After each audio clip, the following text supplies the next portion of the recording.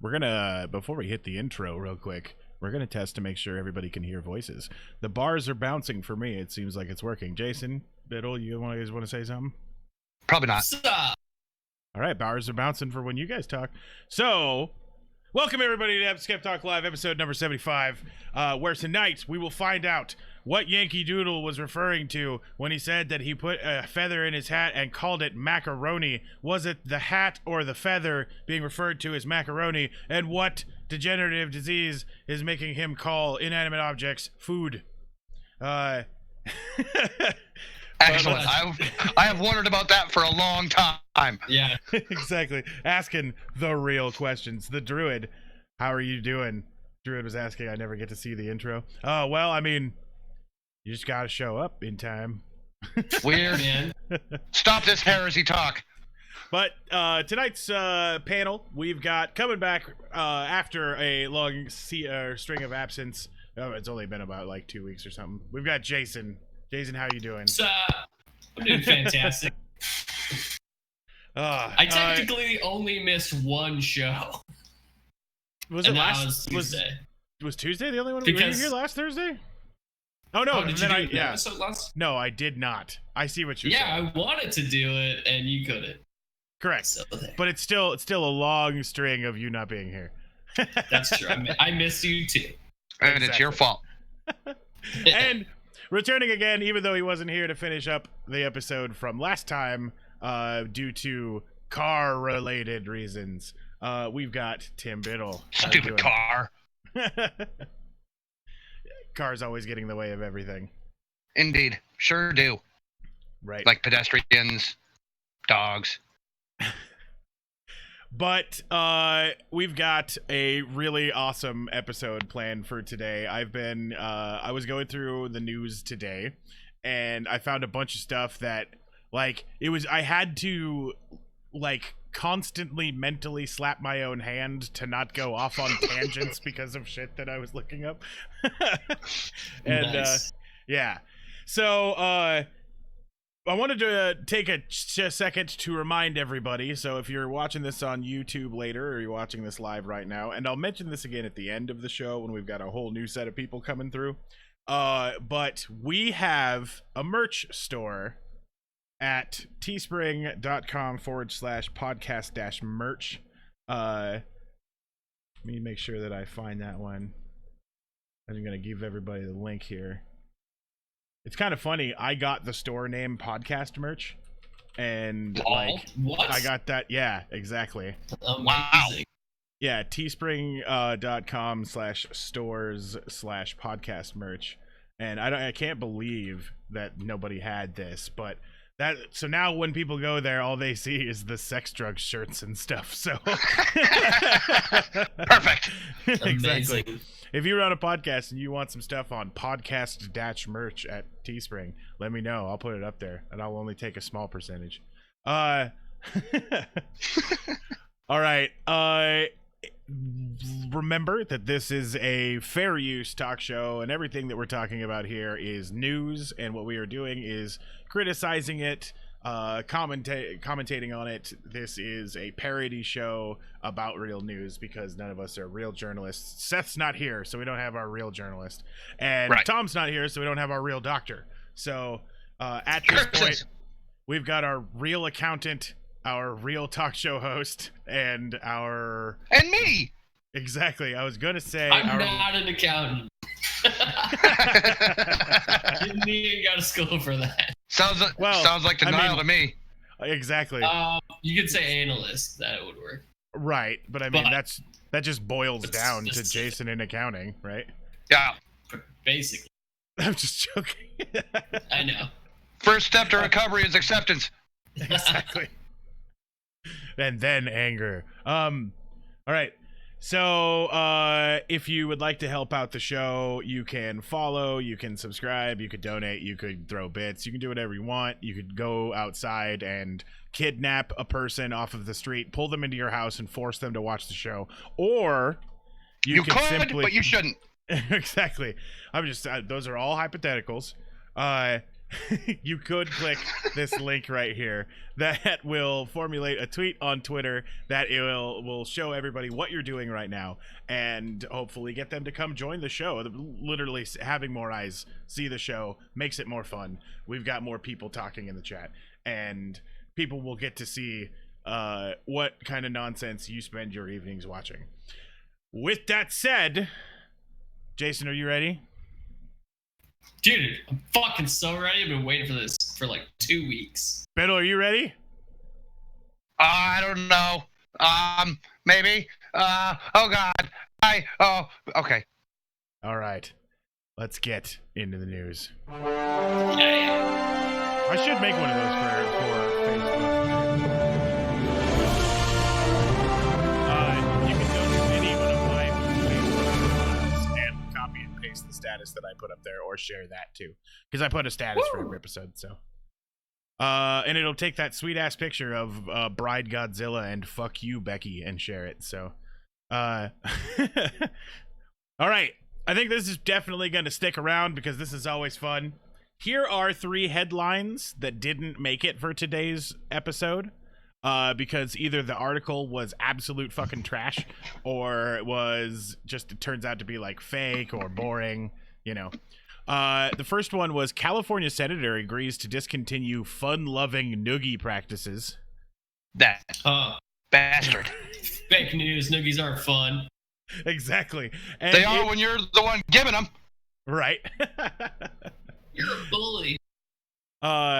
The story was about like an old man California senator guy who like was giving noogies, and it was really inappropriate, and I don't know, it just ended up not being fun, and it was just more cringe. And while we put some cringe on this episode or on this show, we don't go for just cringe. It's got to be funny cringe. Squabbly, how's it going? Welcome to the show. But the last dude, did either of you guys end up catching yesterday's full episode? I did. I did not know. I was busy doing homework stuff. We had a news story about a couple in Asia who have been trying to get pregnant since they got married for 4 years. And holy shit, they just couldn't get pregnant, and they finally went in to a doctor, and the doctor was like, okay, well, this sounds like you might have, you know, some sort of disease, infection, something like that. So they did all these myriad of tests, and they couldn't figure it out. And then the doctor noticed that the girl's hymen was still intact. Oh my god. Yeah. And then they went for a backdoor inspection, and they were doing it wrong. Just like the druid said. But wow, that story was so cringy, but I laughed my ass off the entire time. Yeah, that's hilarious. And the best part about it was I had to find an image to put on Twitch, right, for it. And all I could figure out was like, I was like, what am I gonna put on for this? So I found I searched for square peg round hole, and I put a picture. Oh, Gemini's amazing. Realm. How are you doing? Gemini says, hey, I'm here for the latest and greatest accurate news of the day, and that is exactly what you'll find. Here is our first story. Oh, Irony Golem, welcome to the show. Irony Golem says, talk about good luck for the guy, though, right? We were talking about whether or not he was, right? He was lying. Like, that guy was just keeping his mouth shut for 4 years. Yeah, right? He was. All right, so a shop has reportedly been closed down in Kuwait for sticking googly eyes on the fish to make them appear fresher. Wow. Nothing says freshness like googly eyes. That's fucking amazing. So I totally saw that meme earlier, and I was like, what the fuck is this all about? And like just kept going. I didn't understand. Exactly. It's amazing. It's my fish. The video was recorded by a local customer, and it went viral on media or on social media on Saturday, showing her washing the fish only to discover the plastic eyes on the fish. Al Bayan said that the Kuwait's Ministry of Commerce shut down the store after the video had gone viral and the shop was identified. So, what? yeah. What's wrong with putting googly eyes on fish eyes? But it's to try and make them appear more fresh. So they're like shitty fish, right? Like the fish are like old and garbage. What's your first clue that it's not fresh? Maybe the smell of rotting fish? Yeah. But it's packaged, so you can't smell it Yeah, until you get home. You'd never be able to pack it. But you can't tell by the eye either. Yeah, no, totally can't tell by the plastic eye that bounces around every time you move the package. You know, that is a good point. That is partially the customer's fault here for taking home fish and it going jiggle, jiggle, jiggle, jiggle. Yeah. Yeah, that's normal. It's still alive. It's just looking around wildly. That's fresh as hell, man.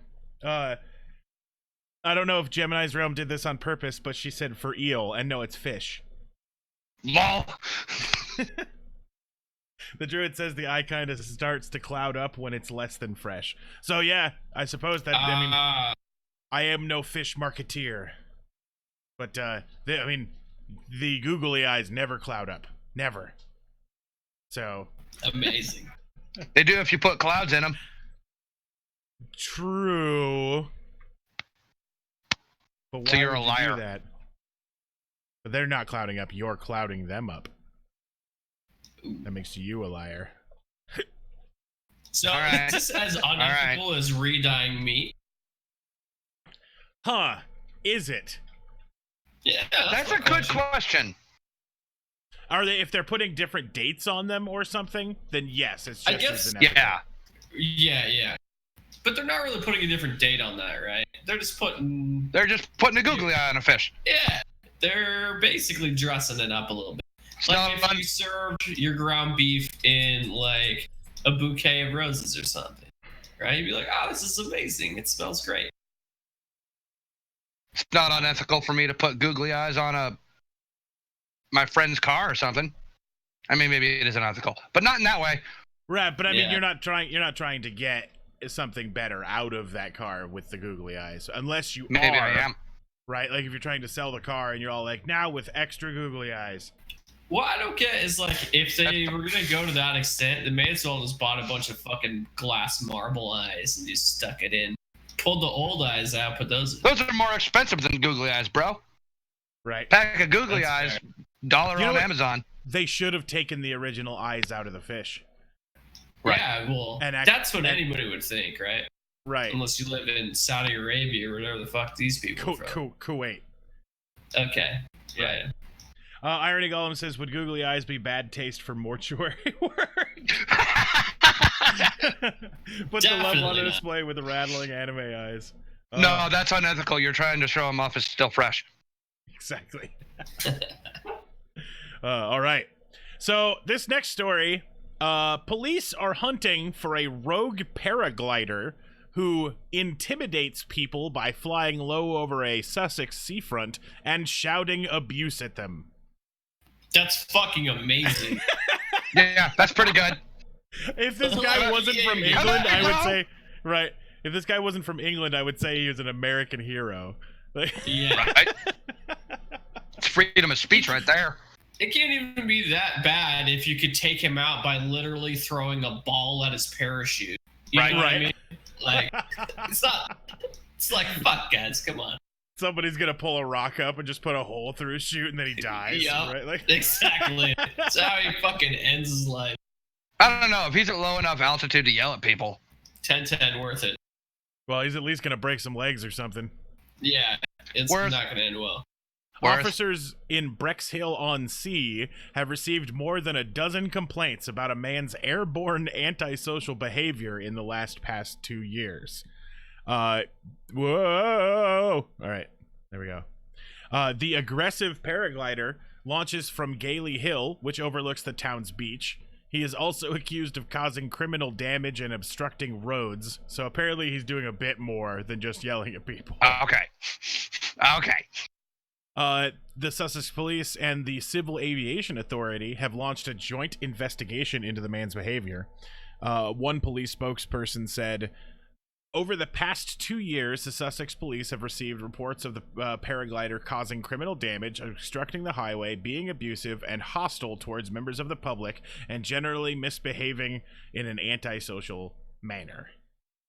It's also been alleged that he intimidates people by flying low over the seafront.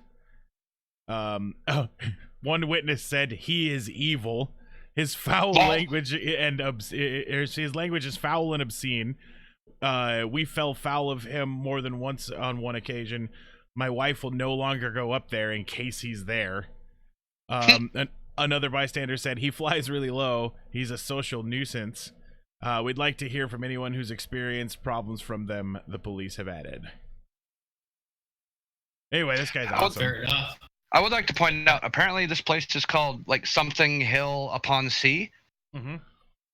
Isn't that an island? Yeah, probably. Let's see. It was so called... is he basically playing PUBG? Yeah, pretty much.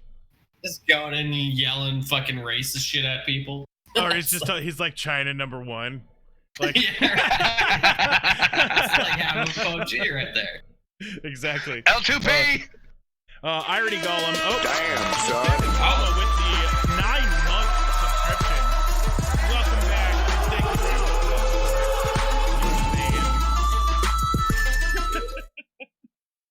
What up, Calma? Irony Golem says, yeah, my surgical tusk boy would not eat fish that... Oh, okay, I missed that one. Irony Golem says, criminal damage with your sky shoot. I found that hard to believe. What if he had a can of paint? Right? And he was just, like, flying. He's just all bloop, bloop, bloop, bloop, bloop. I suppose that would work. Yeah, right? that'd do it. Flying around in your paraglider, drop-kicking things to break them is literally jumping the shark. Damn, son. Gemini, it is our anniversary. Our 3-month anniversary. Thank you very much for that.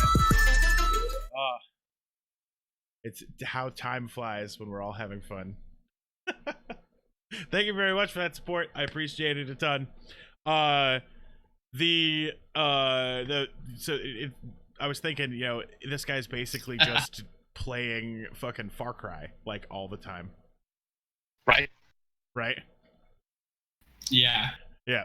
He's just running around. Or, you know, if it is PUBG, he's probably just, you know, he's that guy who always comes in late on his parachute, right? And everybody else is just standing there. Exactly. And all that asshole. All right.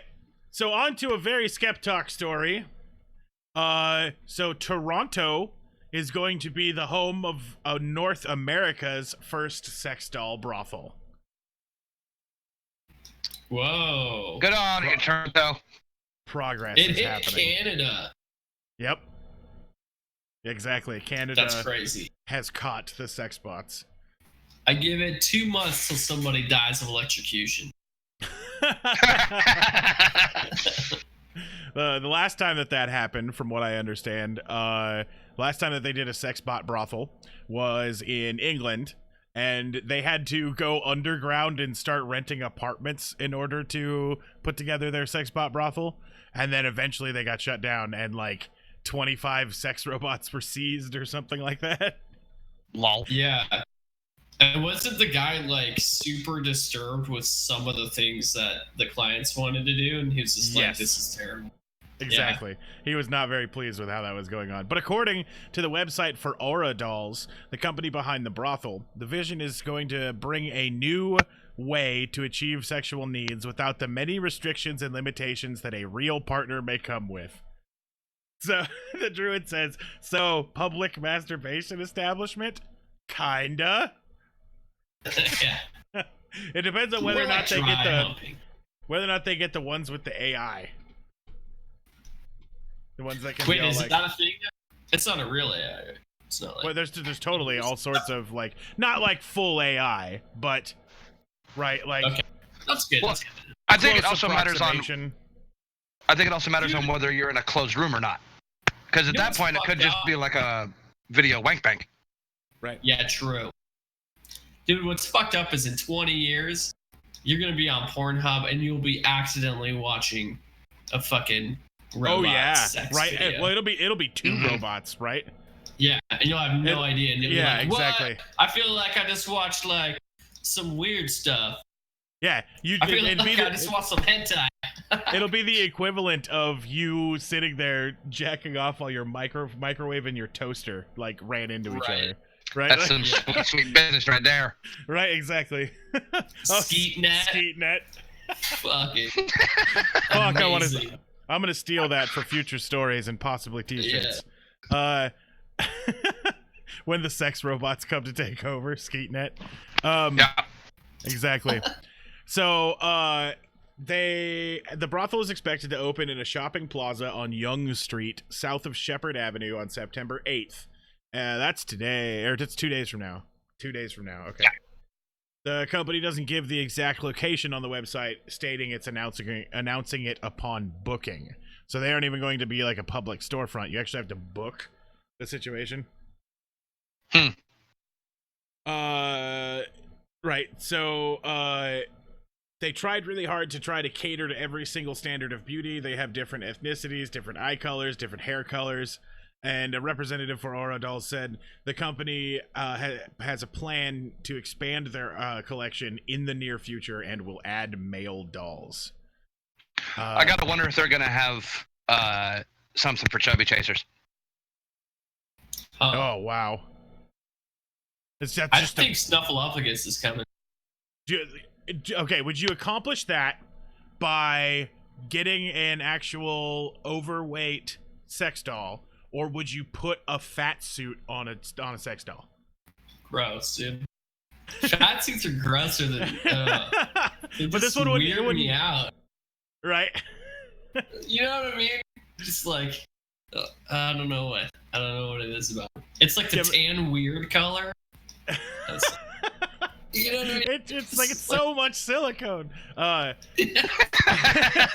Gemini's Realm says, hey y'all, who here can swear they haven't enjoyed hentai? And that would be liars. Liars can swear that they haven't enjoyed hentai.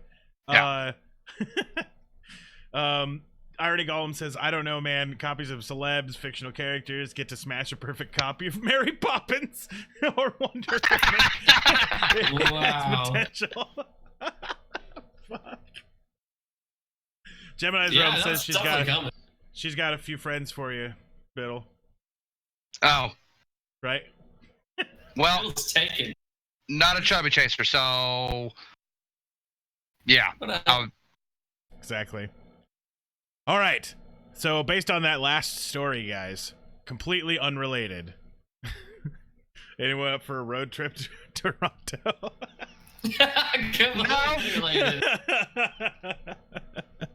No, don't think I am. I'm not ready for that. I've heard bad things about Toronto. Like, I want to, like, for this show, I want to go to Toronto and get a room and like interview the sex bot, even if it's not something they like, or maybe see if I could snag an interview with the people who run the place. But you know, I would totally want a better interview. Yeah, less one-sided. Well, I would really want to do both because, it's gonna happen. It'll happen in Las Vegas. You could just interview a Furby. Tim. People don't have sex with Furbies. You don't know! Irony Golem just mentioned that we could take turns interviewing the sex robot all night long. The funny part is he thinks that any of us could last all night. Right. Come on. Pace yourself, guys. Okay. All right. Here comes one of our probably most evil story of the day. A 21-year-old Hong Kong woman says that she was tricked into marrying a complete stranger on the mainland while taking part in a mock wedding. The woman said that she was told that she had to play the role of a bride in a simulated wedding as part of her training to be a wedding planner. So, during the ceremony, she and the man signed a genuine marriage document. What? She then only realized that she was actually married after returning to Hong Kong, where she had to seek legal help. Local police were unable to help due to the lack of evidence that a crime had taken place, so she approached the Hong Kong Federation of Trade Unions. Apparently, it's a new form of marriage scam. Tong Kam-gyu, director of the Rights and Benefits Committee of FTU, told the BBC. Right? So, wow. Yeah. I feel disappointed and cannot believe it's even happening in modern Hong Kong, she said. Not Horatio says, I came for the biddle. The Druid says, idea, chat participation is a big part of the show, right? Incorporating the chat highlights via a live banner at the bottom of the screen. Keep calling out and stuff. And I think it would add something to the show for people to watch after it airs. The problem is, when we used to have it on the screen, we'd have problems with people posting things that I can get in trouble for. Oh, yeah, right. I forgot about that. Yep. And it's not regulars. It's not anybody who, you know, any of you guys or even most of our fun participants that show up. It's trolls, right? Just messed up trolls that come in here and drop N-bombs and a bunch of other stuff. And once it hits the recording, I cannot undo it. So, right. Irony Golem says, that's no interview. What are you doing to it? Bam, bam, bam. Still on the sex robot. This is the only language that it understands. Hey, it only speaks Furby. Awesome. After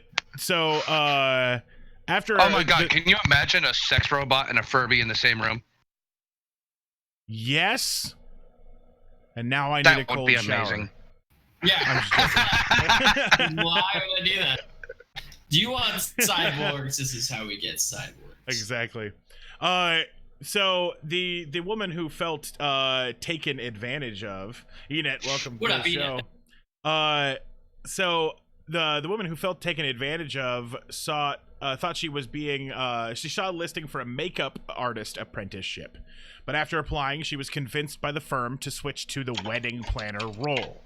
She was then given a week's worth of free training in Hong Kong and was told she needed to participate in a mock wedding in the Chinese province of Fujian to pass the course. In July, she signed a marriage application document in a local government center. According to the South China Morning Post, the company told her the marriage would be void afterwards. But after coming back to Hong Kong, one of her classmates convinced her that it was a scam. So she's fucking stupid enough. They literally told her it was a real wedding, and then that they would fucking void it after. Correct. So she's fucking retarded, basically. Right. But, I mean... Well, yes and no. I mean, in an instance like that where you're going through official channels, there's a certain amount of trust that's implied because you're going through an official channel. Right, and remember over there... I would like you to open up a bank account here with me at my bank and deposit a whole bunch of money, and then after that, I'm going to make you a teller. But see, here's the big problem. So what we're going to do is we're going to switch your money over, but then afterwards, we're just going to send it back to your normal account. Right. I just need you to sign right here. I don't think that's the same situation. It is, because if you marry somebody... It's not. They get all your shit. The important part you need to remember is that you would actually need to be Tim's boss, and both of you would need to have grown up in a society where you work for the company and trust them implicitly. Right. Because in Asiatic countries, like, people live and work for their one boss for their entire lives, and we're actually going to cover a story next about how bad that culture is for them. I get that, and I understand how that works, but that's not what this story's about. It's about a woman who replied to basically a fucking Craigslist ad to get free makeup training, and then was convinced by the people at this fake company to go through to get a marriage. Right, she was applying for a job as a makeup artist, and then she was a complete fucking stranger. Right, but you're supposed, in that culture, if someone's going to hire you, you're supposed to do anything you can to get hired, because you're going to be working there for the rest of your life. Right.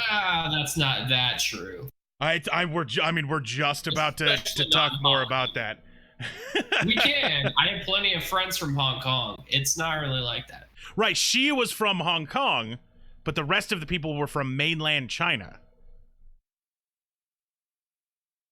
Right, but didn't the wedding happen? She said this is happening in Hong Kong. No. She went. China. She's from China. Right, exactly. But the cultures between China and Hong Kong have a disconnect too.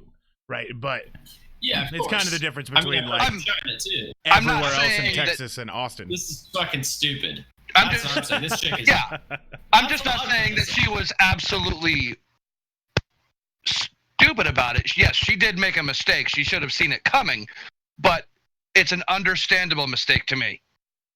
Right. Not Horatio. I don't think it is, but that's not Horatio says, would this impact her Chinese government social index rating? Yes, if she gets a divorce. And once they realize how fucking retarded she is, they will try. But so it turns out that each year Hong Kong police see an average about 1,000 cross-border marriage scam cases. And Chinese residents who are married to a Hong Kong partner are able to apply to reside in the city, right? So that's the big deal, is they want to get basically Hong Kong citizenship. Well, apparently 1,000 people in Hong Kong are declared retarded every year. Isn't that right, Jason? I bet you it's a lot fucking higher. Right. Just 1,000 people were retarded in this way. Right. Still human beings. So, this next story is, this should actually say, but will they tell Brenda you never liked her? Because I actually put a typo in this one. Right. But, well done. So, workers in Japan who want to leave their jobs. So, this is Japan, not China, but there are a lot of cultural similarities in a lot of different things there. But, people who want to leave their jobs but don't want to face the stress of quitting in person now have the ability to pay a company called Exit to tell their bosses that they won't be returning to work. Just stop showing up. That would be unfathomable, Tim. Not to me, it's not. Exactly. But people hoping to never set foot in their workplace again pay Exit around $450 US to help them quit their full-time jobs. And those who have part-time jobs pay around $360. Not Horatio says, I want this job. Yeah, I think I might move to Japan and charge less to walk into somebody's company and say, this is from this dude, and flip them off. Exactly. Well, so I guess part of their job, right, this job for this company, Exit, is that they interrupt or basically prevent the company you've been working for from being able to pressure you into not leaving. Because that's how it works, right? In their culture, if you quit a job, your boss will pressure you not to quit. Because one, people almost never get fired. Right. Because they just get slave whipped into working, right? So this company also gives people, and I don't know how many people at times they're going to get it, but repeat clients get around a $90 discount, right? This company is based in Tokyo, and it's a startup run by two childhood friends. They started their company last year, and it's reportedly turning a hefty profit because there is a demand out there. Okazaki, one of the two who started the company, said, personally, I'm perplexed as to why people find it hard to quit, but I do sense that this atmosphere is prevalent in Japan. While the company's message stresses the potential of changing environments, its logo is a figure running out of a door. It suggests that it's also aware that some clients simply are desperate to get out of their current situation. Again, that's pretty cool. Not being pressured to stay by your boss is also solved by just not ever going back there again. Right. Unless he's got your personal phone number and your home address. Which they do. Yeah, of course they have that. Yep. Well, okay, at least in the States. I don't know about the social laws in Japan, but in the States, let my boss show up and try and get me to stay. Then I'm going to sue him for harassment and get a big old severance package. Yeah, that's actually not a bad idea. Right. This might actually work here too. Yeah, very possibly. And then you could offer higher packages. Several jobs. Yeah. Right. Sorry, you could hire higher level fucking packages for hilarious ways of doing it too. Right. Like the mariachi bands and stuff. I was gonna say mariachi band. Right. Not Horatio says, my work is kind of like this right now. This is also the culture that has the ability to hire a middle-aged man who will give you advice. Yeah, I suppose that's very true. The social contract in Japan, it also says that your boss may also be family or friends. Oh, true. Yeah. Yeah, that's true. Right. Gemini's Realm says that most bosses do, and I'm assuming that was to the have your address or phone number. Right. Right. I mean, at least in the States, they're legally required to have it. They're legally required in all states. It's a federal requirement. Right. You have to fill out a W-2. Right, as I said, in the States. Right. That's why you move and just don't tell your boss. Yeah. Yeah. Yeah, you could live in a van by the river. Right, exactly. Fucking Sage Wanderer. Sage Wanderer. Down in my van by the river. Oh, we still need to get him on the show. Yeah, he never replied. Never did. DJ Down South says $300 and I'll take a fat shit on your boss's desk. That's what I'm saying. Right? Welcome to the show, DJ Down South. So here's our title story. This is the one that was on the thumbnail. So this is the epic tale of Brenda and the wedding. And we're going to do a quick reading of one woman's descent into madness on Facebook. And I want you guys to tell me what you think. Feel free to interrupt me at any point, but this is a really long post. This is page like 6 or 1 of 6. DJ Down South, welcome to the Illuminati, taking over the world one follow at a time. We love that you're here. All right, I'm gonna get into this story here. So this woman named Brenda posted this on Facebook. Dear friends, it comes with a great sadness that I am announcing the cancellation of Steve and my wedding. I apologize for canceling only 4 days beforehand. Steve I just made up, like on the spot right there. So it's not actually Steve. And if it turns out to actually be Steve, that was a complete accident, whoever it is that's looking to be mad at me right now. Don't sue us. Exactly. You can be mad at me for what I'm about to do. So I apologize for canceling only 4 days beforehand. Unfortunately, Steve and I have broken up due to some recent and irreparable problems. We have decided to end our relationship and not go forth in any future proceedings. However, we are remaining civil and are still a team for our son. After hours of tears, mental exhaustion, and even dissociation, I have come to this decision. In 1 hour after posting this status, I am going to delete my Facebook. Social media has caused me only paranoia and toxicity. I will be spending these next 2 months backpacking in South Africa, South America. That would be worse. South Africa would be terrible. Exploring my soul and ridding myself of toxic energy brought on by my friends and family. Luckily, one of these friends and family took this screenshot and posted it on Twitter before she deleted her Facebook. So, preserving this forever. The ones who I thought I could trust most. Hence, I will be out of the country for all of October and November. Please don't contact me. When I'm ready, I may make new Facebook and add friends, family that haven't fucking stabbed me in the back. Okay, here's where it starts to go. How did this all come crashing down? Did you say DJ Down South says she cheated? Nope. Yeah. It's worse than that. How did this all come crashing down? Well, I invite you all on Facebook, players, bystanders, and side characters of the people in my life, to take seat and listen.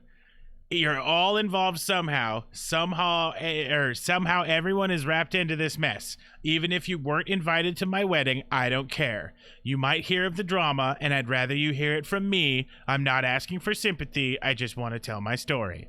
Yes, you are. Otherwise, you wouldn't be posting it on social media. Right. Seriously, this is fucking huge, dude. What is this? Before I begin this mini novel, I invite you, including the cunts who have ruined my marriage and life, to put yourselves in my shoes. No, For I'd once- rather not. I ruined that shit for a reason. Exactly. It did not get exciting until that happened. Right, exactly. For once, let me take the Capital cunts. stage. Exactly, capital cunts. For once, let me take the stage and let my voice be the most painful. Let me voice the most painful few months of my life. Here we go. Page 2. First, things were a fairy tale. I met the love of my life at 14. We were both young, and somehow we knew we were just meant to be. We worked in my family's farm Apparently together. not. Right. We worked on my family's farm together, and where was that at? Okay. And with each warm summer spent in the fields, our love grew deeper and deeper. Fast forward to high school, we went strong all 4 years. He put a ring on my finger when I was 18, worth nearly $5,000. Gold digging bitch. Exactly. Oh, this is the smallest amount of her gold digging. We'd put everything on the line for each other. Everything. We both chose to attend the same community college and work full-time in order to build our dream. We spent most of our days by each other's sides. I will always be thankful for that. Fast forward a few years, I was 20. I realized that I was pregnant with my first. We were elated, tearful, and thankful to God for this gift. After birth to, Samuel. Timmy. After giving birth to Timmy, I knew that the next step would be the focus to my career and become financially stable. My ex did the same. We saved and saved. I was in love, I was happy, and we were looking forward to life. We continued working and even got our degree. Is that one between the two of them, or? But anyway. Yeah, I was wondering about that. And even got our degree. It He was took hard, half the yes. classes, I took the other half. That's Exactly. Enet Down is wondering if it was Wincest. I'll let you guys find out here in a moment. So we managed to save nearly $15,000 for a wedding. Since our love was like a fairy tale, we wanted an extravagant blowout wedding where our son could be included. We started touring venues and we were torn between two. A local psychic told us to go to a more expensive option. Yeah. Amazing. It's starting to go there. Yeah. Okay, Jason, this woman is fucking retarded. Yeah. This is the American version of that chick.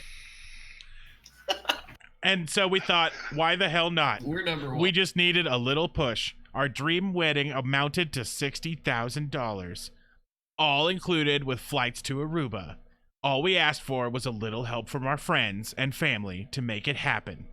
So I'm going to go to the next page because it actually starts this right here. just from the first lines, I want to punch this chick. Right? Yeah. Exactly. It's going to get way worse. I specifically asked for cash gifts. How could we have our wedding that we dreamed of without proper funding? We'd sacrificed so much and only asked each guest for around $1,500. You what? You want me to spend $1,500 to go to your fucking wedding? Right, exactly. I'm not sure I'd spend $1,500 on my fucking wedding. Right.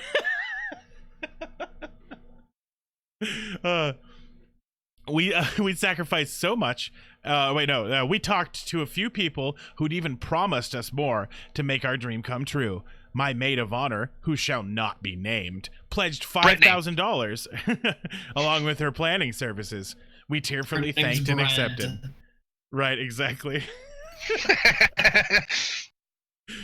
Gemini's Realm says, this is where I think it must be a fake. As far as I know, this isn't fake. I saw a bunch of different stuff on this. This is being covered all over. Enet down says "Wat." That's gonna take a lot of alcohol, Horatio. Just saying. Enet, you are doing your wedding way wrong, bro. Exactly. This is how you do it. My ex's family offered to contribute $3,000, so our request for $1,500 for all other guests was not fucking out of the ordinary. Sure was.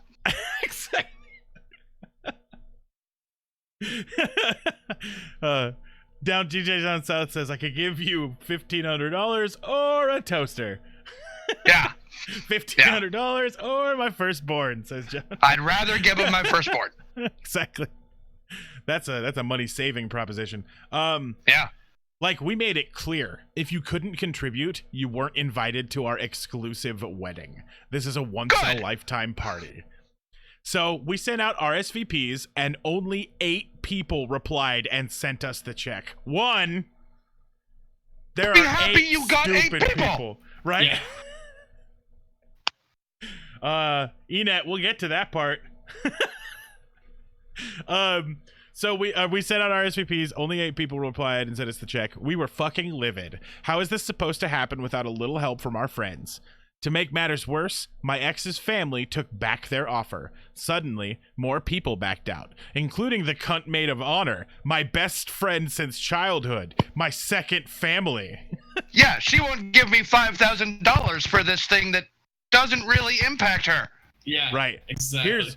Here's where she starts possessing this money. I was so shocked and tearful. To make matters worse, it was only a month before the wedding. To cancel everything would have been more than $5,000. Desperately, we resent our invites and asked people to donate what they could. I mean, seriously, people, is 1,000? Or what is 1,000? What is 1,500? Clearly not a lot. It would be quite manageable within any budget. She spells any with an F there. That's a lot. I've heard of people asking for worse. We also set up a GoFundMe.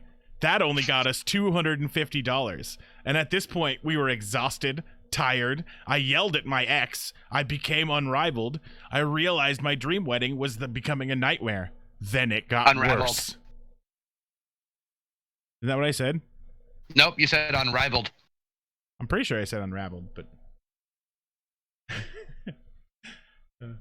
Enet Down says 8 times 1,500 is 12K, which is plenty of a vacation, right? Exactly. Yeah.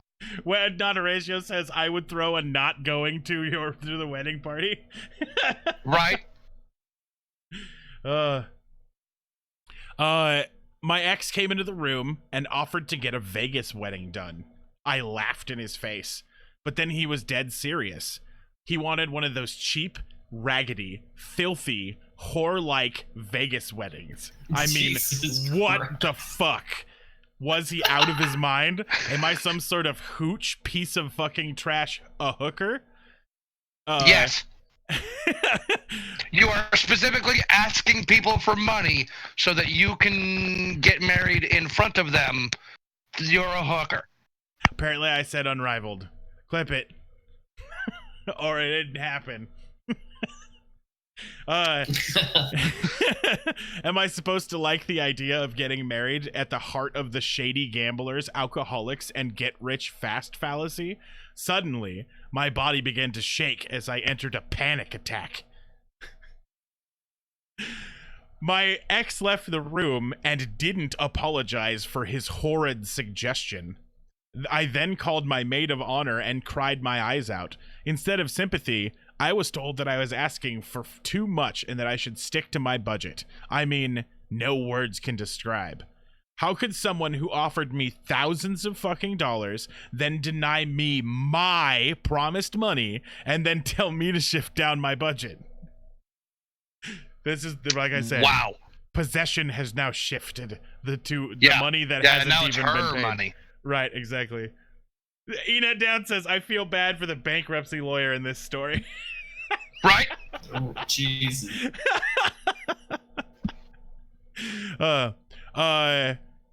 She knows I wanted a fucking dream, or she knows my fucking dream was a blowout wedding. I just wanted to be a Kardashian for a day and then live my life like normal. I called her a filthy fucking poor excuse of a friend and hung up. She then blocked me off of all social media. Rumors swirled. I received anonymous threats. My ex stayed out later, and I have a feeling he even cheated. Yeah. On a side note, Udo, I would like to point out, apparently you're a filthy fucking poor excuse for a friend, because I have yet to receive $5,000 from you. That's true. True. Yeah, we're all terrible friends. I am also a filthy fucking poor excuse for a friend, because I haven't given you $5,000 either. Oh yeah, not Horatio says, and the child, because there is a child in the middle of this too. Right. Did the child have to give $1,500 to attend? All right, exactly. My bridesmaid climbed on the boat with my maid of honor and dissed me. They essentially told me I was crazy. They asked for their deposit back. So I said, fuck you. I refused to give it back until they can pay me back for their emotional distress. Jesus. She's now holding their wedding deposits ransom for more money. Right. My ex started to talk to my maid of honor and gossip about me behind my back. I overheard him talking in the basement when he called me a stuck-up bitch. Anyway. And he was right. Exactly. Yeah, 100%. Anyway, I am exhausted. I am bone tired, and my heart is not the same. It's stone cold, fragmented, empty. Need to get away from this awful society. How hard would it have been to just fucking donate, friends? Do I matter to you? Just fucking give me money for my wedding. I won't even sugarcoat. I don't even pretend that's not what I wanted. It was for a dream. I was stabbed, cheated on, and worked. Goodbye. See you in 2 months. Friendly reminder to you cunts. Don't think you own me. I am cutting all of you snakes off. I am living my life alone now. I only let in those I believe had good intentions. XOXO. That lady's crazy. Yeah, DJ down south. Oh, wait, go ahead. Nope, Jason covered it. Right. The first two comments ones are the ones here. I have no words. You're out of your mind, Becky. Or what happened to you? Who the hell on earth expects that amount of money? A fucking crazy person, basically. Jada TV says it's great finding out who people really are. Right? Exactly. Yeah. Hey, at least that dude found out before he went into a legally binding contract. Seriously. Yo, straight up, if a woman tells you at any fucking point in your relationship that for one day she wants to be a Kardashian, get the fuck out of there. Like, what? Yeah. You want to be a Kardashian? Jesus Christ. Yeah, exactly. They're terrible people. They're horrible.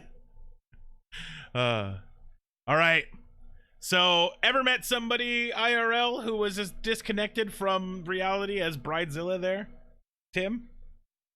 Not as disconnected. I mean, she's terribly, horribly disconnected. Never heard of anybody that disconnected. I've worked with coworkers who thought they were God's gift to whatever we were doing at the time. Right. In our job, either welding or delivering pizzas or anything like that, and they were terrible at it. But that's just disconnection from work. That's not disconnection from everything. Exactly. No, I think that this is a pretty unique situation. Jason just got called out. I got called out? Gemini's realm. I'm about to turn the tables for a quick min. Hey, Jason, would you ever do a Kardashian? No, I fucking wouldn't. Well, even with their mouth taped shut? What's the $1 billion one? I'd probably sleep with the $1 billion one. I wouldn't. Yeah. Kylie Jenner. Wait, is the mom dad on the table? Lol. Is the brother on the table? Jenner is Jenner Exactly. count? Are you talking about Kanye West? Oh yeah, I would do Kanye West. He's a Kardashian. Yeah, I would. All right, Jason, have you ever met anybody as disconnected as Bridezilla? I mean, like, I was trying to think of that while Tim was talking. Like, I've met some legit fucking crazy people. Everybody has, right? Like, that's been a thing. But, and it sounds like she wasn't, like, she could operate as a normal human being, and then from, like, this wedding, she's just absolutely fucking nuts. I don't think I've ever met anybody like that. Right, yeah, I've like seen that her shit beginning on the MTV show. Right. Yeah, go ahead. This chick has straight up watched too many Disney movies. Yeah. God damn it, Mulan! Always teaching people the wrong answers. Right. Mulan's a story about how disobeying authority and then putting your parents in danger will net you a cool boyfriend. Yeah. And a crown. Yeah. No, she doesn't. She's the only one that doesn't get a crown. Right. Oh, okay. I never actually watched it. I don't know. I watched the game theory on what makes a Disney princess, and I learned that she was the only one who didn't get a crown. So she's not a Disney princess? DJ Down South asks what I'm vaping here. I am vaping Rounds Water Dragon, which is watermelon dragon fruit. It is dope. Vape Nation. I am vaping blackberry toast. It's actually toast flavored? Yeah, it's specifically on the bottle 50% blackberry, 25% butter, 25% toast. That's fucked up. Real good though. It's real good. Dude, I'm waiting for the like McDonald's like fucking like the fucking egg McMuffin vape or something like that. Mm-hmm. All right. So, our next story, the reason I thought about McDonald's here, is authorities say that they've arrested 2 people who are running a drug business out of a mobile home with its own walk-up and drive-through windows. Really? And the Coke. Exactly. How is this the first time we've heard of this? Right? I mean, I'm not saying what they're doing isn't smart, other than the fact that they're gonna get caught. But if you're gonna deal drugs, you should do it through a window. Yeah, seems like an easier way not to get robbed or stabbed or anything like that, right? Right. But anyway, the Akola Police News released a document that said that 20-year-old Mackenzie Dobbs and 32-year-old William Parrish Jr. were arrested last week following several overdoses connected to the house. Both faced multiple charges related to the possession and sale of fentanyl. Police say that officers collected drugs, paraphernalia, and cash while executing a search warrant on the home on August 21st. Investigators determined that Dobbs and Parrish had been selling drugs through a kitchen window. Police say that they recorded 98 drug overdoses this year, and 13 of such were fatal, and police are working to determine if any of the fatal overdoses were connected to the mobile home. Why would that be specifically? They can nail them to the wall harder. Because Breaking Bad, bro. That, but like, why would they assume that a mobile? Like, why would that make it any more? Like, I don't know. What's the question? Like, why wouldn't they do that with all drug dealers? Yeah, no, like you're absolutely right. A motor home can be just as clean or just as dirty as any house. Yeah. Oh yeah, I wasn't going in that direction either. Right. I just meant like, are these guys pushing like higher weight or something? Like or is their stuff dirty? It might just be the fact that they're mobile. Like if they're manufacturing inside the mobile home. Yeah. Right. Like that's what we need to see in Breaking Bad too. Not Horatio says, Jesus, cut your shit. Right? Oh, hold on. I gotta go grab something. I will be right back. Entertain everybody. Yeah. Consider yourselves entertained. I'm gonna post a link. You're ready to click on. No.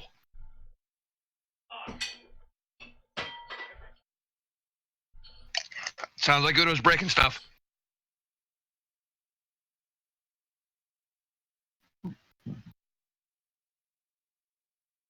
You are entertained. Oh, thank you, Grizzly. What a guy.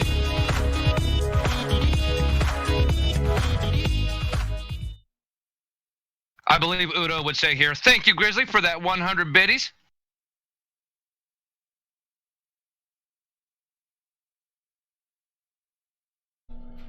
Good try, DJ. Good try.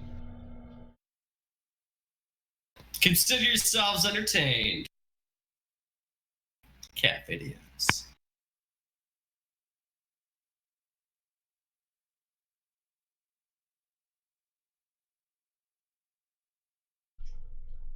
Lol.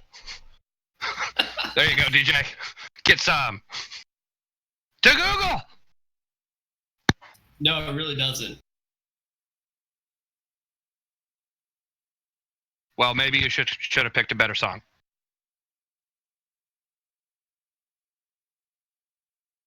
Where's our host? China. I told you. He's breaking stuff. He's interviewing a sex bot. It'll only be at about another 30 seconds. I needed my protective gear for the next part of the show. Oh, God. So. Holy shit, that's amazing. Oh, my God. So, our next story here, right?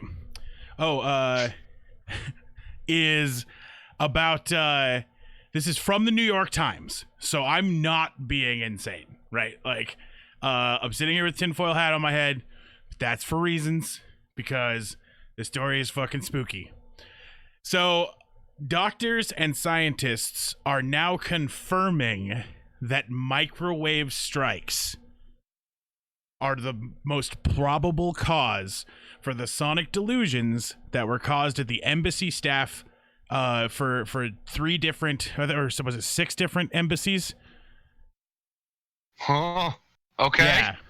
So, do you guys, Gemini asks, is that the tinfoil hat? And the answer is yes. We need it for this story. This story is the thing that I was the entire time I was like, yeah, it can't be microwave. This is going to have to be something like, this is going to have to be something that was like, you know, like a disease or something like that they were all catching. But all of them have a clean bill of health and brain damage.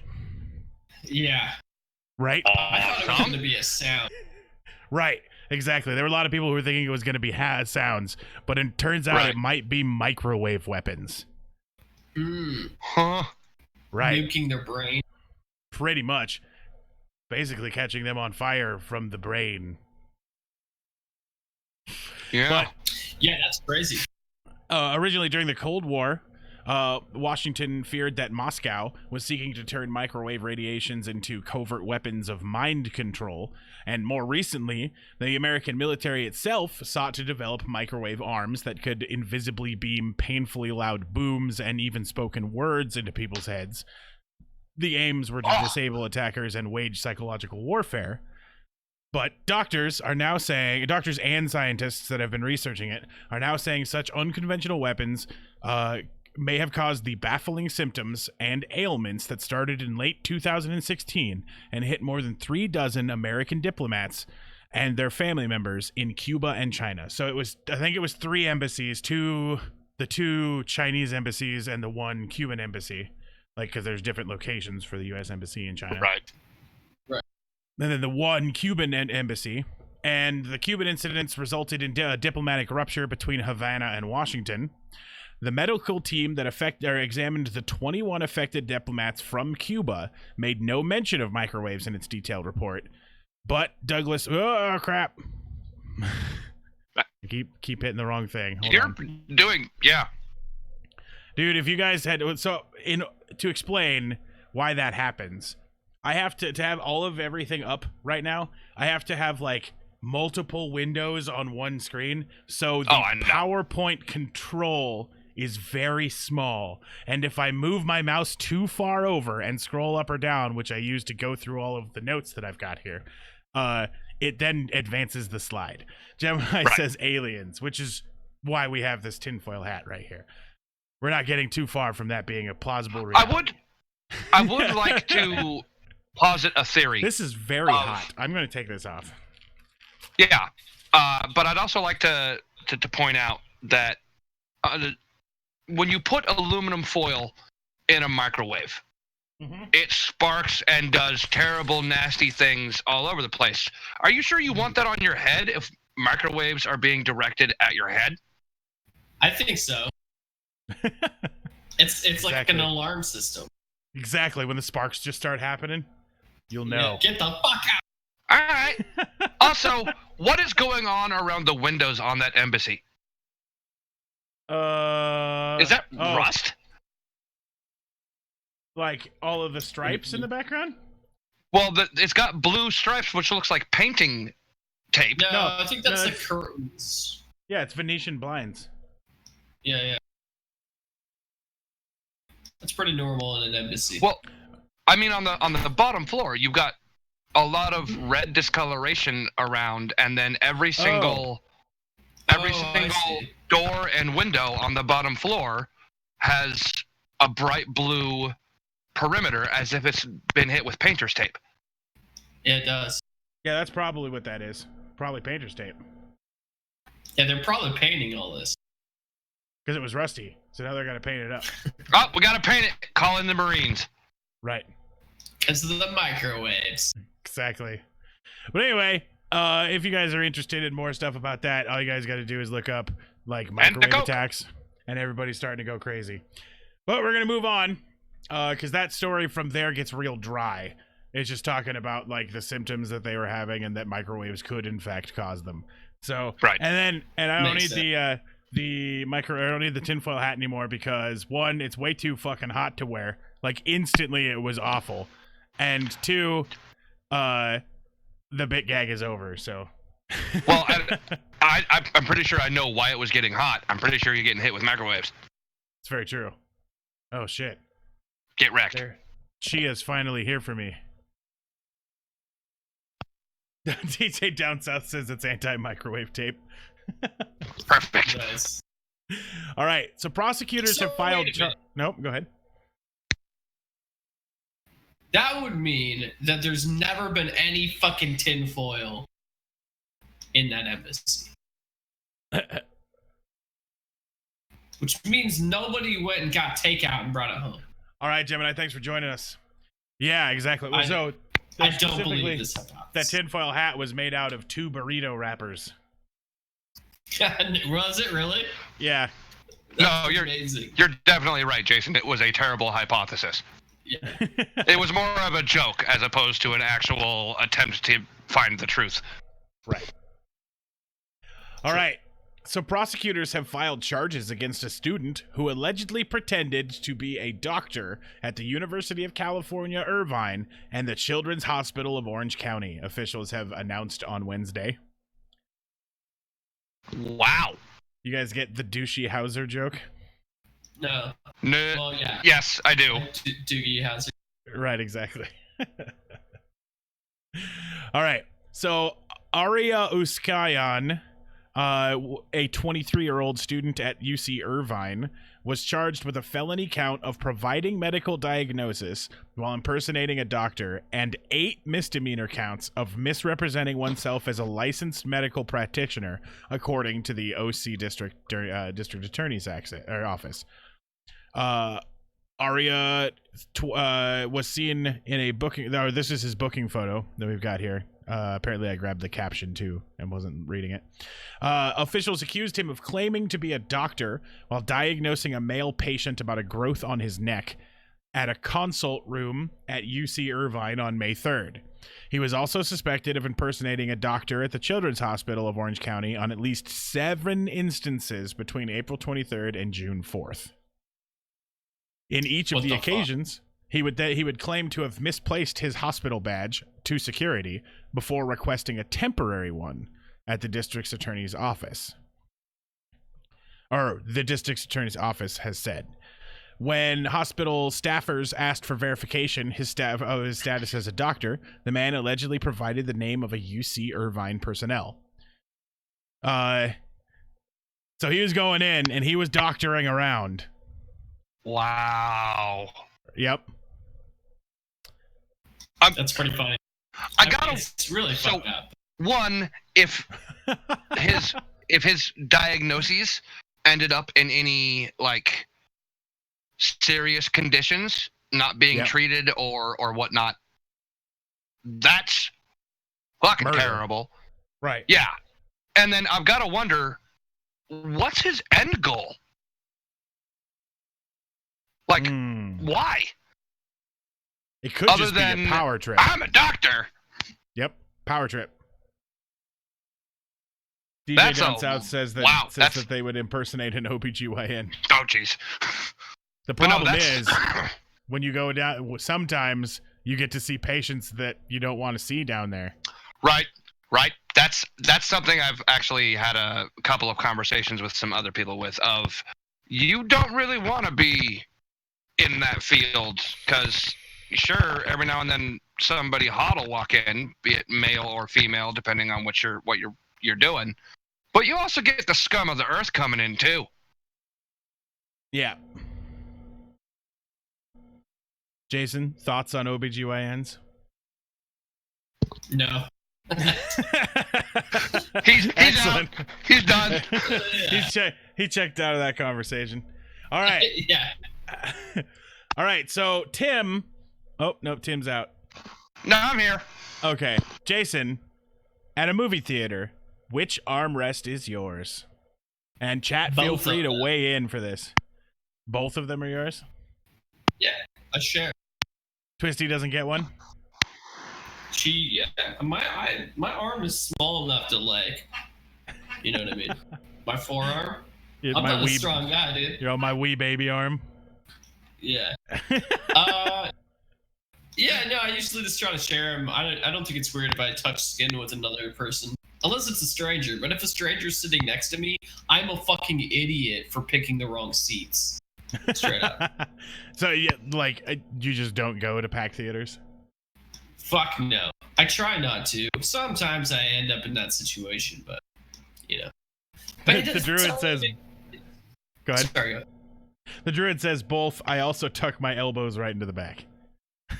Yeah. So, like, the new movie theater in town, like, that's the only one I've been going to for almost a year now, and everybody gets their own fucking lazy boy, so I'm like, I don't understand. The one right across the street from Keysney Square? No. The one, Are you talking about Cinemark? Maybe? I don't know. Are you talking about one of the major theaters or the little one? Yeah. One of the major ones. Oh, okay. Yeah, we got the new renovated theaters. They're really awesome. Right. For those of you who are in our town, if you haven't been to the one that's near the Tap House on Broadway, you should. That one's badass. Yeah, it's real good. It's real good. It's real real small, small, issue with that is they show movies that are already, like, on video, basically. That's the only ones they can get the licenses for, because they're not a multi-million-dollar movie company. I saw Deadpool 2 on night 2. Oh, there? Yeah. At Bijou? No, not Bijou. The other one. Bijou Metro. Yeah, it's Bijou Metro. Yeah. Okay. Yeah. All I knew it was Metro. It doesn't actually say Bijou on anything.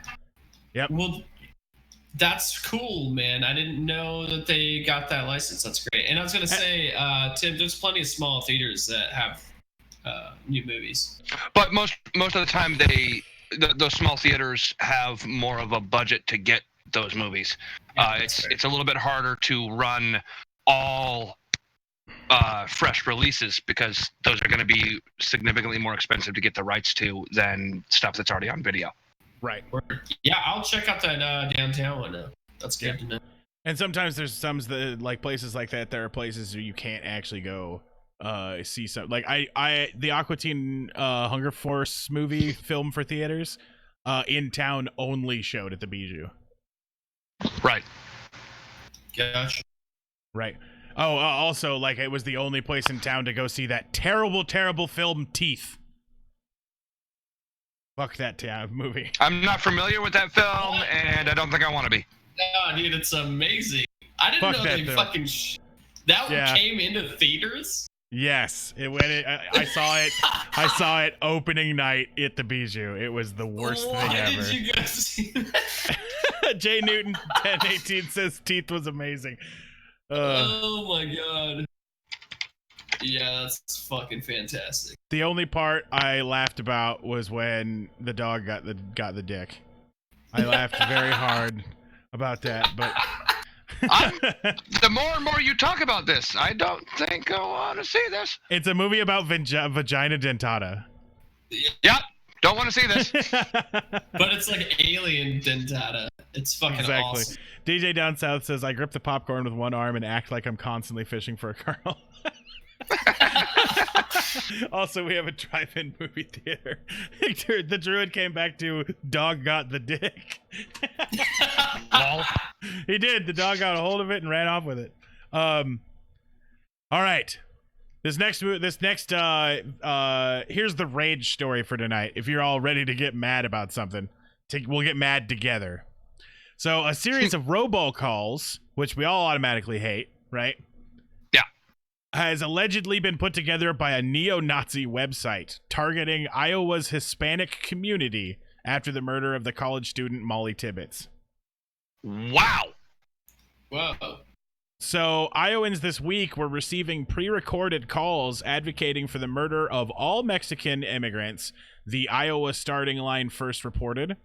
The calls claim to be from a neo-Nazi podcast that advocates genocide and has previously conducted robocalls for neo-Nazi congressional candidate Patrick Little.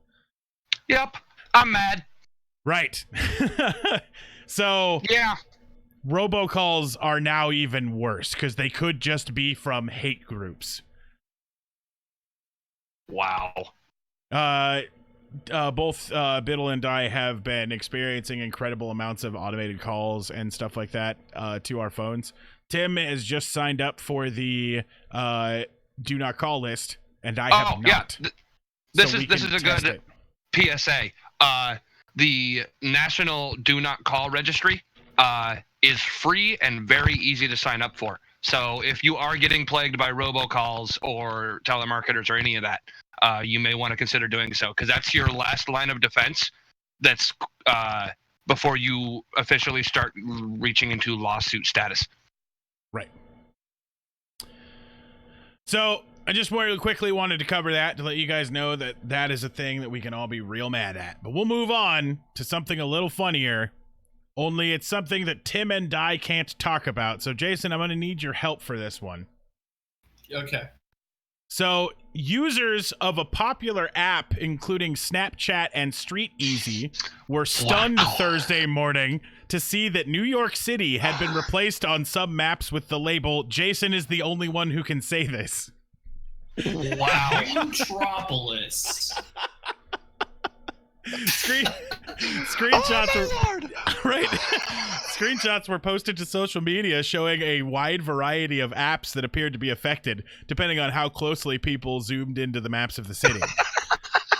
Snapchat, in a response to a complaining user, blamed the mapping software vendor. They replied with, "Hey Dan, thanks for bringing this to our attention. SnapMap relies on a third-party mapping data, which has been unfortunately subject to vandalism. We are working with our partner Mapbox to get this fixed immediately." That's it will amazing. no longer be named Jewtropolis. Right? Exactly.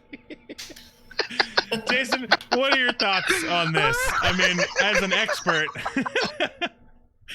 I could certainly see how it would offend some people, but I think it's pretty fucking fantastic. I definitely believe that I know a lot of people of the Jewish race, what is it, Bend? Is it the Jewish ancestry? Faith? Right, but I mean, like, you definitely have. Judaism is the religion, but being Jewish can also extend past the religion. Right? Okay, so the only people arguing that are fucking hardcore Jewish, like, geneticists. Okay. I'll be honest with you. That would be like saying we can identify Catholicism by looking at Spaniards.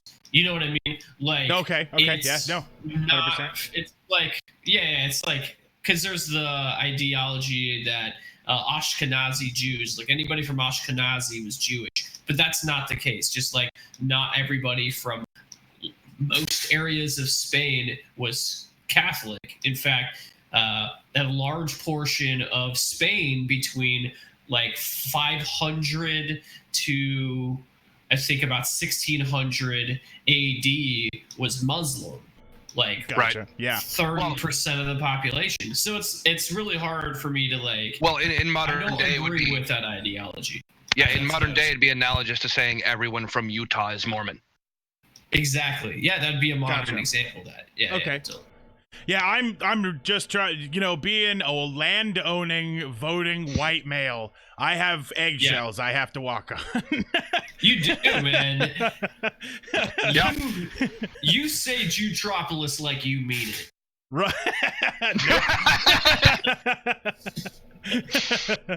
But anyway, the malicious edit was made by a source that attempted several other hateful edits. The security team confirmed that no additional attempts were successful, and the company said, adding that human error during its review process allowed New York City's change to make it into production. Other apps were affected based on the screenshots posted online, including Zillow, City Bike, and Jump Bikes. The issue with one of the third-party map vendors resulted in an offensive term appearing on Street Easy maps. And the Anti-Defamation League issued a statement saying this was clearly an act of anti-Semitism. I don't think so. Stretch, dude. That's a definite stretch. They could be so much more offensive than the name that they put on there. Right. Yeah. As a Jew, I could say the more offensive name, but I won't out of respect for the audience. Yeah, we're not getting banned from Twitch. Exactly. Yeah. We all know what we're thinking, right? Yeah, exactly. Fill in the blank. We can put that together with rational minds without dropping any hard Ks. So, exactly. All right. So this next story is a Kentucky man who was arrested at the cafeteria of Baptist Health Corbin Hospital after he faked a heart attack so he could get a ride to the hospital. Lol. Wow. Wait till you hear the reason why he wanted to go to the hospital. Police said that they received a call about a stolen gun and identified 35-year-old Kenneth Ray Couch as the suspect. Deputies say that they were alerted that Couch had just been taken to the hospital after suffering a heart attack at a nearby business. It turns out the Couch faked the heart attack when the ambulance arrived at the hospital. He jumped out and casually walked to the cafeteria to get something to eat. Man just wanted a Reuben? Yeah, exactly. Dude just wanted to get some of those sweet turkey gravy Wednesdays, dude. Well, considering how expensive an ambulance ride is, that's a really expensive turkey dinner. Right, he probably didn't give his real name. Yeah. Or I guess maybe he did, because they told the police that he was there. Huh. Right.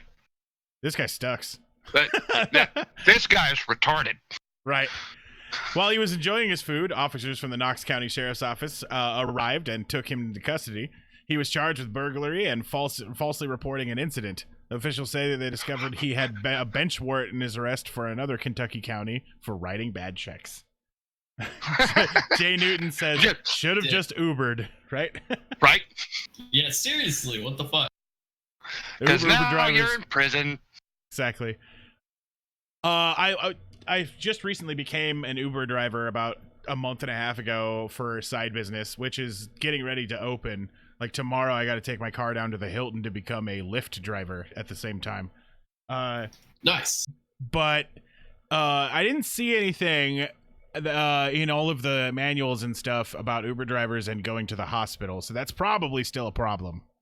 where people call an Uber instead of a ambulance Right. because it's vastly cheaper. Right. It is vastly cheaper. Ambulance rides are so fucking expensive, dude. Exactly. Yeah. My buddy had to be taken in an ambulance. Why, but still. My buddy had to be taken in an ambulance 2 blocks because he was dying of alcohol poisoning, and none of us could carry him the 2 blocks to the hospital. And so they had to they took him out on a stretcher, and it was a $600 ride for 2 blocks. Jesus Christ, dude. It's a $600. I at one point went into the hospital for a really, really bad infection. Right. And the doctor that I saw in the urgent care decided that walking from one end of the hospital to the other was just too much for me. That it was somehow dangerous. And convinced my dad about this. I got a hospital ride literally 300 feet. $600. Wow. Yeah. Did your dad sue? Fuck. Well, no. Fortunately, the local hospital here has a system where you can basically apply for having your medical bills basically absolved, I guess is the right word. Basically, I'm super poor. I can't afford to pay this. You guys feel like hooking me up with a freebie. And then they review it, and then they decide whether they give you a freebie or not. And yes, they totally did. Bridge assistance? Yes. Yep. Jay Newton says, honestly, if the situation wasn't life or death, I plan on calling an Uber over an ambulance. Yeah, true that. I mean... Yeah, absolutely. I've driven myself to the hospital before with a slashed open hand because, heck no, I'm not taking an ambulance. Right. All right, so, Jason, can you think of one thing that you do now that your younger self would be ashamed of?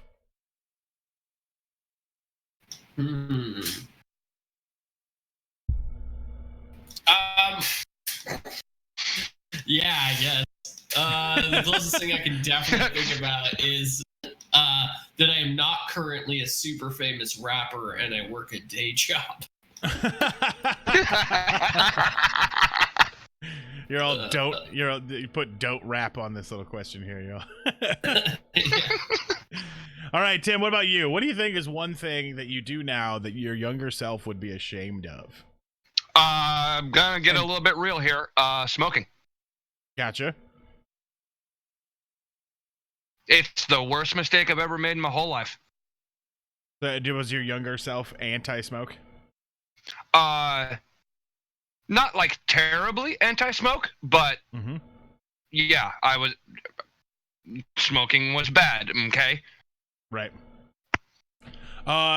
When I was younger, I used to think that people with facial hair were evil.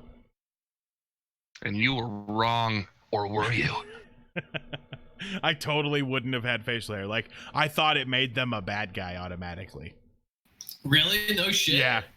That's amazing. I had a friend who thought that about people with tattoos. He just thought they were hardcore bikers. Anybody, dude. Anybody. That's awesome. And, we'd go stay the night at my buddy Jesse's house, and his mom had a full arm tat, and he was terrified of her, dude. She was so nice, dude. But she's a biker, bro. Yeah. Dude, my G.I. Joe collection were all the ones without beards and mustaches. What? Yeah. Vol. Because I didn't like the other ones. The bad guy. Right, exactly. Well, I mean, those would be the bad guy collections, but my good guys that I play, my team that I played with were all. God damn, I miss G.I. Joe. Yeah, me too, dude. It's those are the something. Days, yeah. Something. Yeah, exactly. That's something I would go back in time just to be able to do. Just go play with my G.I. Joes for a little bit. Yeah. All right. So the mayor of a small town in southern Italy has issued an edict banning residents from dying. Okay. All right. Fair. I'll get right on that, Mayor. Exactly. Using the noggin. Right. The cemetery of Falciano de Masaccio cannot accommodate any more bodies. Residents of the town of a community of 3,700 souls near Naples, the majority of whom are pensioners, now have to travel several kilometers away down a road to attend a funeral or to be buried. Here, people cannot die because there is no room in the cemetery. We have to end up either in a nearby Madrigon or in Capotigano, pensioner Giuseppe Di Fusco told Reuters. And if you go to McDrawn, you have to pay more because the Camorra Mafia wants money to get you in a place in McDrawn, his friend said. To solve the problem, the mayor has issued a challenge ordinance. It is now forbidden to cross the border of earthly life, the ordinance reads. Like, that is a pretty packed graveyard. No one's moving out of the graveyard. Right. Like, is this a permanent ordinance? Yeah. Oh no, I think it's a challenge ordinance. I think this might just be fun, right? Yeah. And it's fun. But why don't they just dig a big ass hole, dig up all these graves, throw all the bones of the people who don't exist anymore into the big hole? No need. Right. I'm sure they've got some ditches. And leave it unmarked, right? So all the new people who die can go into all these, and then in 100, 200 years, when somebody stumbles upon this mass grave of bodies with no marked grave or explanation, it's like a whole new, it's like a mystery. My question is, why don't they build a crypt, dude? Just dig underneath these things, like 20 feet or something like that. Or build over the top of them. It's a third world country, man. Italy? Jesus, they don't got that. You can't do that shit. Next, you're going to tell me they're pooping in the streets. Yeah. Since the decree, 2 elderly residents have reported to have defied it. Those rat bastards. They deserve the death penalty. Grizzly says, well played. He definitely believes Italy to be the third world nation. All right. It's time for the tale of Shaco the Clown.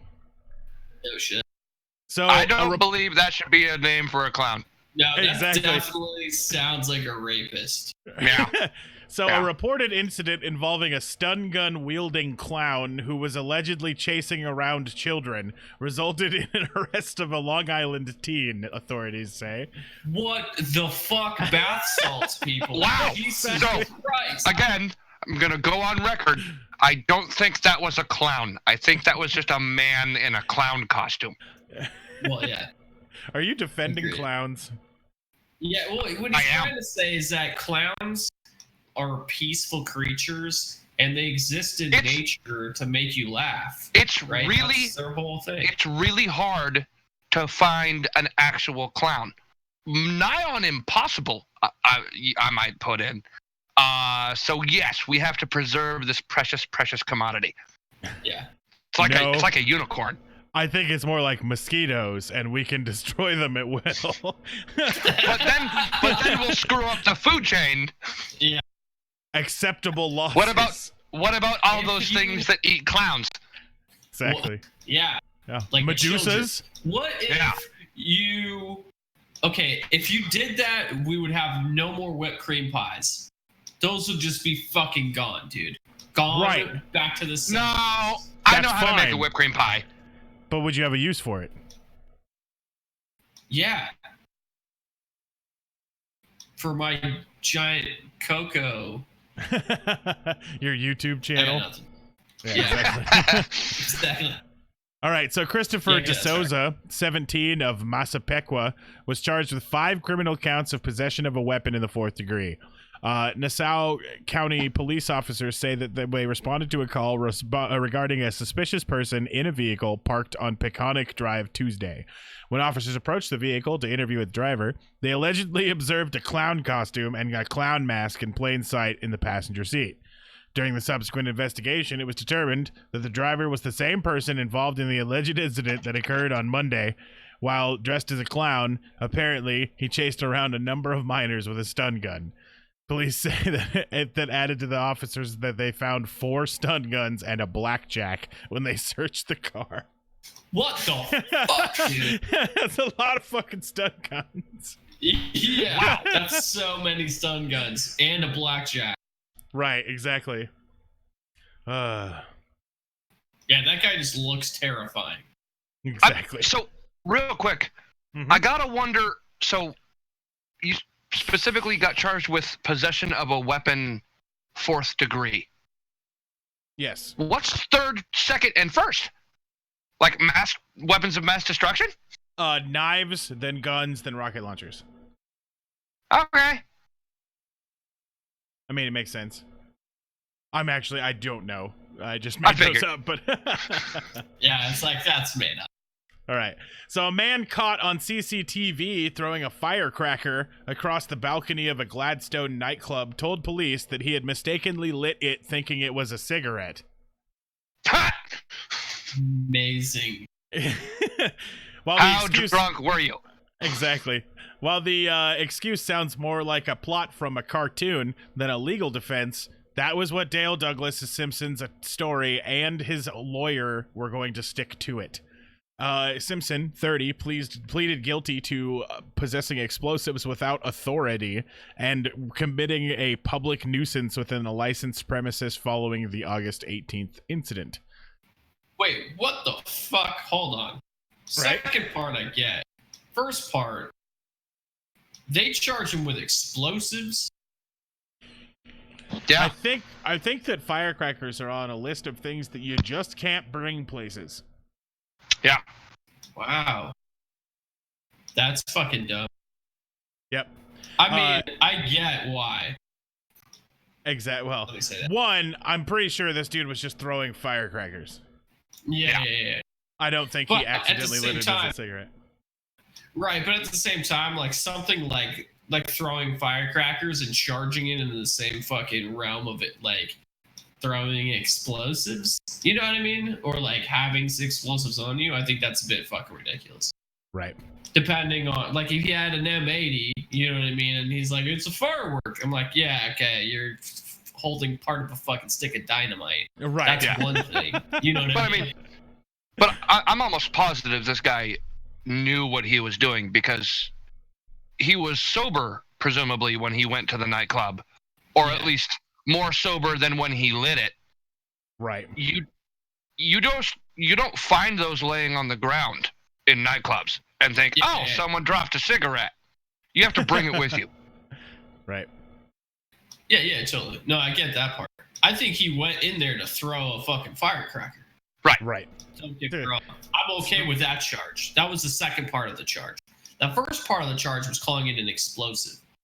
To me, that's a little extensive. I maybe like if there was like a child's version of that. Right. Explosives Yeah. in the 4th degree. Well, I'm guessing. Exactly. I'm guessing in this instance, and this is purely, Speculation. yeah, that's the word I was looking for. All of this I'm is guessing speculation. that the severity of the crime is determined in the courtroom via the sentencing, as opposed to having a predetermined sentence for quote unquote having an explosive. Okay, that's fair. That's a pretty good point. But again, No. that's entirely speculation. It could be, nope, you have a firecracker. That's like you have a bomb. You're going to jail for 40 years. Yeah.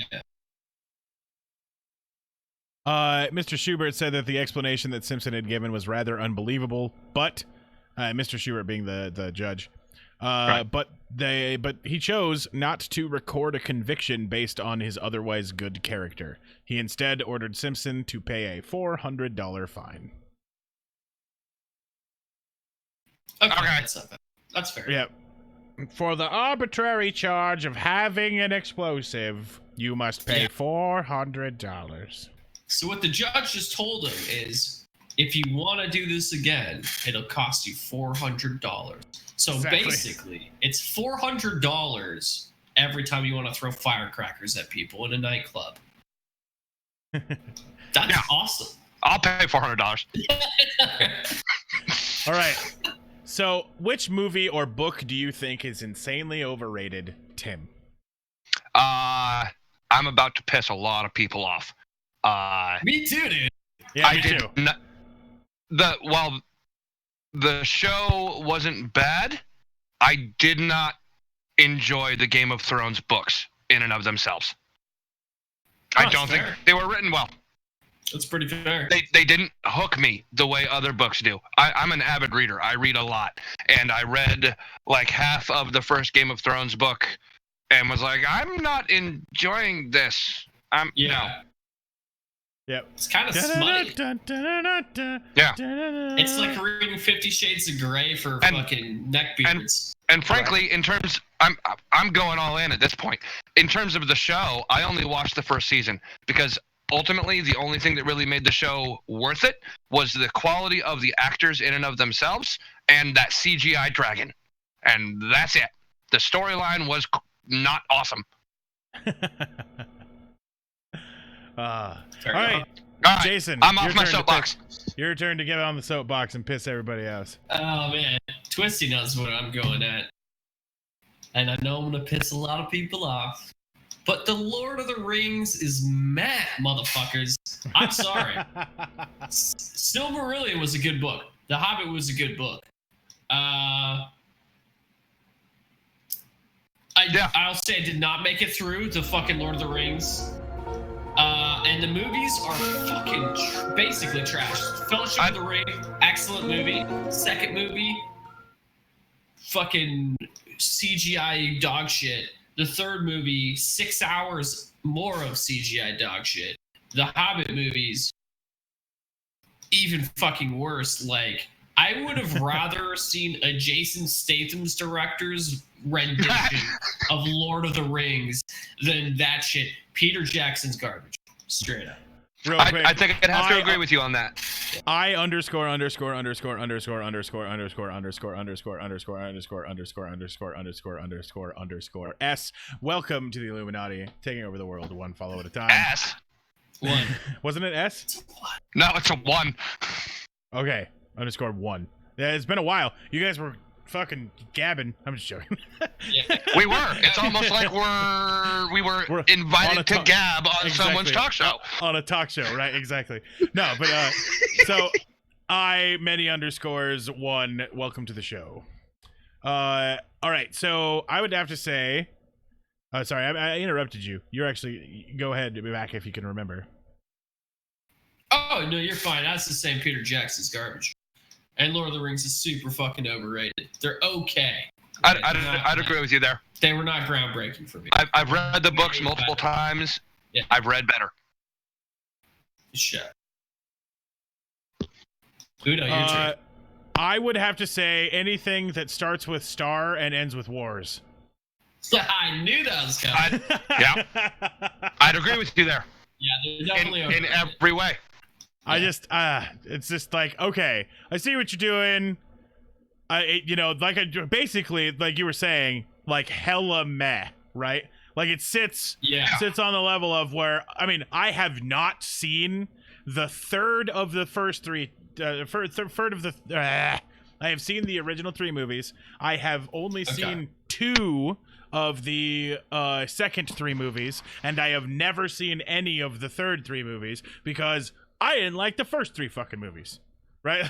Yeah. You definitely haven't seen 3 of the latest 3 movies because one of them isn't even out yet. Correct. Yeah, but I knew we know what he means. Yeah, I have seen the Ewok Christmas special. Right. That's dude. Did you watch the Ewok movies? Oh yeah, hell yeah. Those were better than Star Wars. Dude, I agree. Yeah, I was like, dude, that actually made me like Star Wars more, and it didn't occur to me till like I'd say like a few months ago when I was like thinking, I'm like, man, like the coolest fucking stories that I watched of the Star Wars universe were actually the Ewok movies. Right. Oh, awesome. Because they're like, dude, it's like Space Indiana Jones. That shit was tight as fuck. Like at the time Star Wars came out, it was really cool if you were really, really into movies because they came out as a privately produced trilogy of movies. They weren't done in a like the normal Hollywood sense. They were completely done in a private industry. And so the effects they used and all that was kind of cool. But the movies in and of themselves, not actually that good. Not when you go back and try and look at them from an unbiased opinion. Yeah. So I_1 says, "What's Gucci Thick Daddy?" And Gucci, I believe, is a clothing manufacturer. It is, yeah. But it also means what's good. I know. I was making a bit joke. God damn. It's fine. Right. I_1 also Jason. Also says, "Condoms and jelly. My fuck hairs are smelly." I mean, that would happen. Usually a shower is the recommended diagnosis. But then again, our doctor isn't here for this episode, so it's true. Don't take anything we're saying under actual advisement. This is just us giving our own opinions. When our doctor comes back for I think next Tuesday is the first day the doctor's going to be back. But Angry Cicada says, "Nightmare Before Christmas. It's fun, but not jizz in my pants good." All right. So, let's go on to the next story here. Blaze Black Sheep, what it is? What up, Blaze? I think I_1's a rapist, dude. Condoms and jelly, my fuck hairs are smelly. That sounds like a rapist. He's a poet, and he didn't know it. So am I. Oh, shit. I_1. Would you battle Eminem or MGK? Too soon?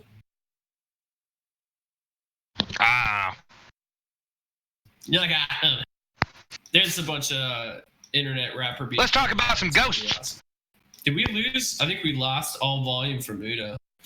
It's Chia! Yeah, I'm not hearing no Udos. No, zero Udo right now. Anything now? There you go. There we go. Voice. Voice meter banana just decided to die. I guess I had to restart it, but gosh, you can never trust a banana. Doing that too. Yeah, I think there might have been an update. Yeah, there was. Right. Okay. So what I was saying is that our next story here is about Connecticut. I was also saying that I don't know if you guys heard what I said about MGK. No.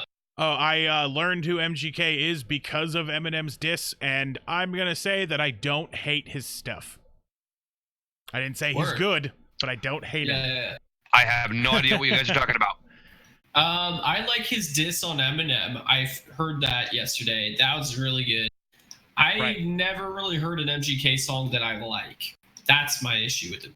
He does have some talent. I will admit that shit. He does. He does definitely sit right around the what is that? The Nickelback level of rappers, where so he's kind of meh. Yep. Yeah. Blaze Black Sheep says MGK isn't terrible. He's getting better straight up. And DJ Down South is MGK retired.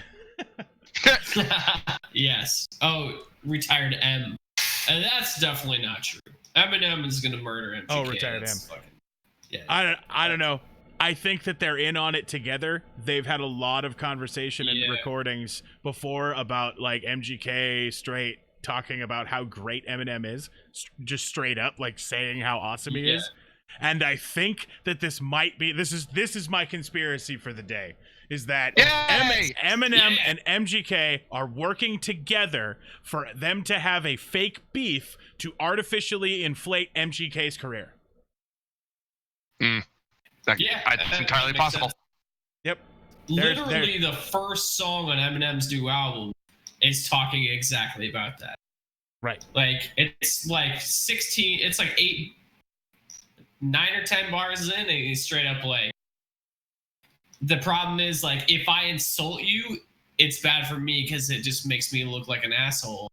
But if you are like, and then for you, it looks really fucking good because then you get a million fucking clicks on YouTube or whatever. Like, he talks about the whole thing. And then, of course, then he goes off on MGK like 2 songs later. Right, exactly. And he disses Drake in that track too. And that's the fan. Like, Drake deserves to get dissed. No, Jason, all right. Tell us how you really feel. We're going to move on to the ghost story now. I can sense the agitation from Angry Cicada that we haven't even moved into this yet, and she's like, "It's about ghosts now, right?" Yeah. All right. So a Connecticut man who told police that he was a paranormal investigator faces several charges after firing off shots in his house at what he told police may have been a ghost. Okay. Go on. He does not sound like a professional ghost hunter to me, but okay, we'll run with it. Christian DeVoe, 25, he takes it literally, ghost hunter, is due in court on September 11th on 5 counts, including the illegal discharge of a firearm, making a false statement to police, second-degree reckless endangerment, misusing an emergency call, and disorderly conduct. Police say that DeVoe put 2 bullet holes in his wall on July 26th, initially reporting the incident as an attempted break-in. What were you going to say? Oh, you just answered my question. I was going to ask why. Did he call the cops because there was a ghost? Yep.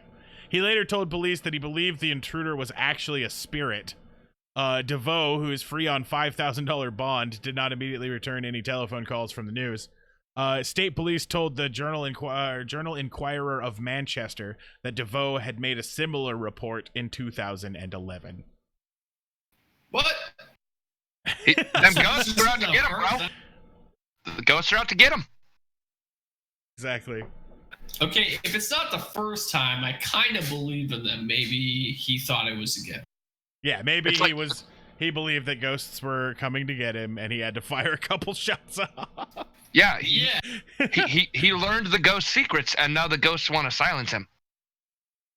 Yeah, like he's legitimately as retarded as that fucking Hong Kong chick. Yeah. All right. So depending on your views on children, this next story is either going to be hilarious or you're going to hate it. I'm going to love this story, aren't I? Yes. So a Virginia man has put up an electrified fence around his yard to keep students at a nearby bus stop off of his property. Oh, shit.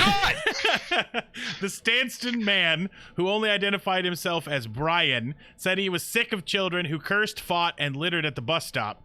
And he said, "They don't respect other people's land. I pick up trash every day." The fence separated his front yard on E. Berry Street and S. Wilson Way from Henrico County School bus stops. Late Tuesday, Brian had taken down the fence, not because of any potential danger it may have posed students and passersby, but because it had run along the county property that he thought was part of his yard. He said, "I went ahead and moved it today because it was not in the right place," he said. Brian says that trespassing signs had been posted up years ago, but have made no impact. So, where do you guys sit on this now, right, so far? Are you pro totally Brian? With the guy. You're pro Brian? What about I'm pro Brian currently. Jason, are you pro Brian? Or are you anti-Brian? Dude, it's so hard. I'm fucking definitely pro, like, taking steps to ensure that disgusting children don't come onto your property. Right. At the same time, like, it needs to be oh man, that's really hard. It's so hard. It's immoral for me to say yes because this is just gonna lead to some young kids getting brought to their fucking knees. Jesus Christ. I will admit I have yet to hear the voltage. Right. Yeah. And I have yet to hear anything else. So currently I'm pro Brian, but I could very easily be swayed to be anti-Brian. Okay. So the fence, which went up just in time for the first day of school, caused an uproar on social media. And one neighbor told WTVR that he was worried about the potential for someone getting hurt. He said, "I touched it. I got a slight shock. It wasn't that great." It's James Mayfound, who owns homes in the neighborhood, said, "I understand his concern. I just don't think he understands the neighbor's concern about their kids, which one of them could touch it, fall into it, and get shocked." Almost like that's the point. Right. Brian said that while he would consider erecting another fence, he hoped he would not have to do so. He says the message has gotten across. Parents are posting and talking about it. What they here's my opinion. I've been waiting to give my opinion. Yeah. I think that those parents should be telling these stupid fucking children Stay not to off go the guy's goddamn lawn. on Brian's fucking lawn, right? Yeah. He put the damn fence up because you're being assholes. Stop being assholes. No, I totally agree with that. All I'm saying is, I feel like there's other ways to go about it. Like, yeah, airsoft guns, dogs. Yeah. Yeah. You can't use an airsoft gun. Unfortunately, they charge you discharging a firearm. It's fucking stupid. Is it illegal to spray someone with a hose? It is not. So what I was going to say... Well, if they're on your property and you have told them to get off your property and they refuse to, no. But if you spray them without warning, it is considered assault. Here's what I'm saying. Get one of the... Have you seen one of those Cat React hose sprayers? Yes. Put one of those fucking deep pressure wash nozzles onto the fucking end of that thing. That's gonna do more damage than the electric fence. No. I'm not saying hook it up to a pressure washer. I'm just saying put the nozzle on there so it like jolts them and not just squirts them with a little water. Like maybe removes a layer of skin or something. As I said, that's gonna do more damage than the electric fence. I know, I'm just joking. But or you could get a clown costume and a taser. That's true. That's true. This is proven effective. Exactly, and I don't think it would be illegal to be in a clown costume with a taser on your own property. Yeah, you just standing there. Yep. Staring at the children. Oh, I mean, you wouldn't even need the taser at that point. You just stand on your porch with a clown costume staring at the children. They'll find a different fucking bus stop. Also, I think that the state should consider moving their fucking bus stop if children are, being disruptive to one person. Right. Yeah. Yeah, that's fair too. Yep. All right. Yeah, I am still very much pro Brian. Right. And it looks like the last story for today is going to be a story about this van. Yeah. Ottawa police have closed their investigation into a cargo van with the words "free candy" on the side panel that had caused a stir on social media when the van was spotted in Centertown, along with reports of suspicious vehicle attempting to lure children. Police, while releasing few details, have said that investigators have spoken with all parties involved and determined that the vehicle's registered owner is not responsible for the graffiti on the van and is not a threat to the public. That looks like it's done in tape. Just take it off. You nerd. Jesus. Anyway. Wow. This guy definitely has it on there because he's a butthole, right? But right. Totally. Like, maybe somebody else put it on his van, but he sure as heck hasn't tried to take it off. Exactly. A Reddit thread posted on Friday included a picture of the van, which appeared to have been photographed at the intersection of Gladstone Avenue and Booth Street. Police said that they investigated several incidents involving a suspicious vehicle attempting to lure children in Centertown West neighborhood. At this time, there is no concern for public safety and investigations are closed. The free candy meme has existed online for years, with pranksters using Photoshop to superimpose the phrase over pictures of cargo vans. It's not known whether or not the Ottawa case has involved a similar prank. Teach your kids not to accept candy from strangers. Yeah, exactly. Seriously. At the same time, he should set up an electric fence. They were concerned. Yeah, right. This guy could also probably benefit from clown car with taser, or clown costume with taser, right? DJ Down South says maybe it's the name of his grunge band. Fuck yeah, I would go to a free candy show. Awesome. They just sound like Nirvana, but look like Kiss. Yeah, I'd go to that. All right. Well, due to time, we won't have time for Florida Man tonight. Sorry, we talked too much. It's fine. It was a good time. We had a good time talking. I had a great time. And we'll save Florida Man, this Florida Man that I've got ready to go for Tuesday. Tuesday, we'll also be joined by Pimp Monk, who is a YouTuber that has had me on his show quite a few times. And I'm finally getting to have him on our show. He's a really funny comedian from down south, and I think that you guys will all enjoy him. I think that it'll be a good time. He likes to have fun conversations, and that's all we do on this show. So, Right, yeah.